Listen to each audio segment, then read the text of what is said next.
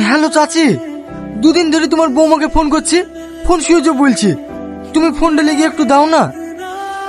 এই রিয়াজ, বৌমাকে নিয়ে এত কেলেঙ্কারি হয়ে গেল, তুই কি কিছুই জানিস নি? না চাচি, আমি তো কিছুই জানিনি। কি হয়েছে? তোর বউ ওই পাড়া শাকিল মস্তানের সাথে পালিয়ে গেছে। তুমি কি বলছো চাচি? আমার বেশি হয়েছে না।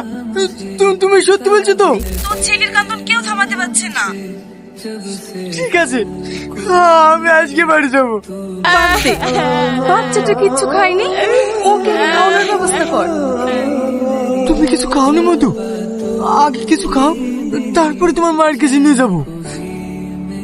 না, আমি খাবো না, আমি আমার মায়ের সঙ্গে খাবো। তুমি আমাকে মায়ের কাছে নিয়ে চলো না।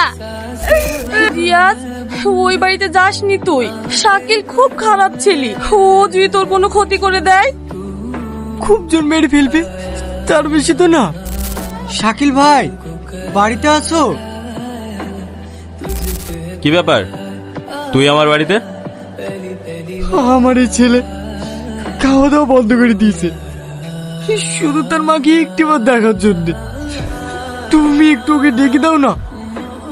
বিশ্বাস করো, আমি ওকে নিতে আসিনি, শুধু একটিবার ওর মায়ের সঙ্গে দেখা করে নিয়ে চলে যাবো।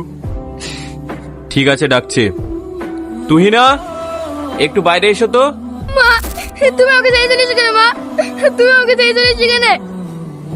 চলো না মা বাড়ি, তোমাকে তো আমার একটু ভালো লাগে না। ছাড় আমাকে, আমি তোর মা না। তুই না, এটা তুমি কি বলছো? হ্যাঁ, আমি ঠিকই বলছি। তুমি এখানে কেন এসছো? ভদ্রভাবে তোমার ছেলেকে নিয়ে এখান থেকে চলে যাও।